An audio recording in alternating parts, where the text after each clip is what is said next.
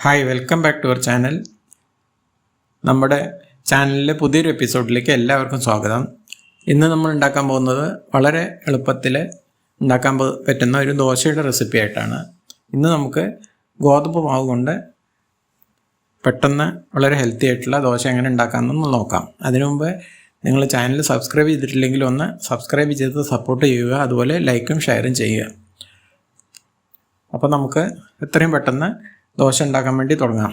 മിക്സിയുടെ വലിയ ജാറിലേക്ക് 2 കപ്പ് ഗോതമ്പ് പൊടി ഇട്ട് കൊടുക്കാം. ഇപ്പോൾ 2 കപ്പ് ഗോതമ്പ് പൊടി ഇട്ട് കൊടുത്തിട്ടുണ്ട് മിക്സിയുടെ വലിയ ജാറിലേക്ക്. ഇതിലേക്ക് ആവശ്യത്തിനുള്ള ഉപ്പ് ചേർത്ത് കൊടുക്കാം. ഇനി ഇതിലേക്ക് ആവശ്യത്തിനുള്ള വെള്ളം കുറേശ്ശെ ഒഴിച്ച് മിക്സിയുടെ ജാറ് ഒന്ന് മെല്ലെ അടിച്ചു കൊണ്ടുവരാം. പെട്ടെന്ന് മിക്സിങ് ചെയ്ത് കിട്ടാൻ വേണ്ടിയിട്ടാണ് നമ്മൾ ജാറിലിട്ട് മിക്സ് ചെയ്തെടുത്തത്. ഇതേമാതിരി വെള്ളം കൂടാൻ പാടില്ല. ഇതാണ് ഇതിൻ്റെ കൺസിസ്റ്റൻസി.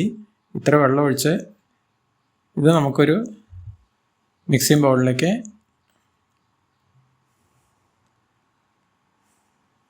മാറ്റി കൊടുക്കാം.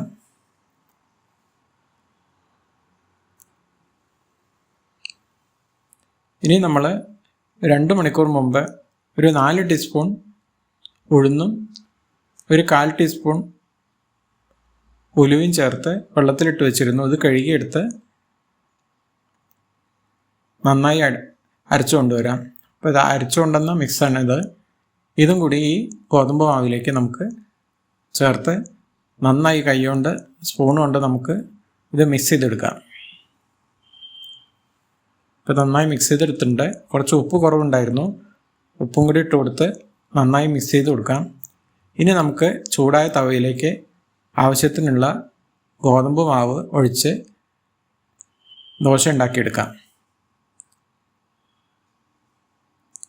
ഇപ്പോൾ ദോശ പരത്തി കൊടുത്തിട്ടുണ്ട്. ഇതിൻ്റെ മുകളിലേക്ക് നെയ്യോ എണ്ണയോ നമുക്ക് ആവശ്യത്തിന് തൂവി ഒരു മറം ആയിക്കഴിഞ്ഞാൽ മറിച്ചിട്ട് കൊടുക്കാം. അപ്പോൾ നമ്മൾ കുറച്ച് നെയ്യ് സ്പ്രെഡ് ചെയ്ത് കൊടുത്തിട്ടുണ്ട് മുകളിൽ കൂടെ.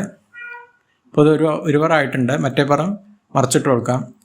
കൂടുതൽ മൂക്കണമെങ്കിൽ കുറച്ച് നേരം കൂടി വെച്ച് കഴിഞ്ഞാൽ നമുക്ക് മുരിഞ്ഞ ഗോതമ്പ് ദോശ കിട്ടുന്നതാണ്. ഇപ്പോൾ അധികം മൂപ്പിക്കുന്നില്ല. ഇപ്പോൾ 2 പറം ആയിട്ടുണ്ട്. ഇനി നമുക്ക് ഈ ദോശ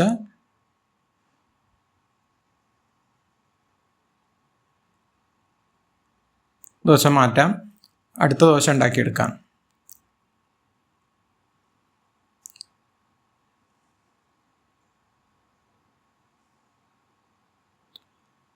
ഗോതമ്പ് മാവിൽ ഈ ഉഴുന്നും കുറച്ച് ഉലുവയും ഇട്ടിട്ടുള്ളത് വളരെ ടേസ്റ്റി, അതിന് നല്ലൊരു ഫ്ലേവറും കിട്ടാൻ വേണ്ടിയിട്ടാണ്. ഇതേമാതിരി നമുക്ക് എല്ലാ ഗോതമ്പ് ദോശ ഉണ്ടാക്കിയെടുക്കാം. ഇത് ചട്നിയുടെ കൂടെയും സാമ്പാറിൻ്റെ കൂടെയൊക്കെ കഴിക്കാവുന്നതാണ്. വളരെ എളുപ്പത്തിൽ ഉണ്ടാക്കാൻ പറ്റുന്നൊരു റെസിപ്പിയാണിത്. ഇഷ്ടമായാൽ നിങ്ങൾ ഷെയർ ചെയ്യുക, അതുപോലെ ലൈക്ക് ചെയ്യുക, സബ്സ്ക്രൈബ് ചെയ്യുക. വേറൊരു റെസിപ്പിയുമായി വരുന്നതുവരേക്കും നന്ദി, നമസ്കാരം.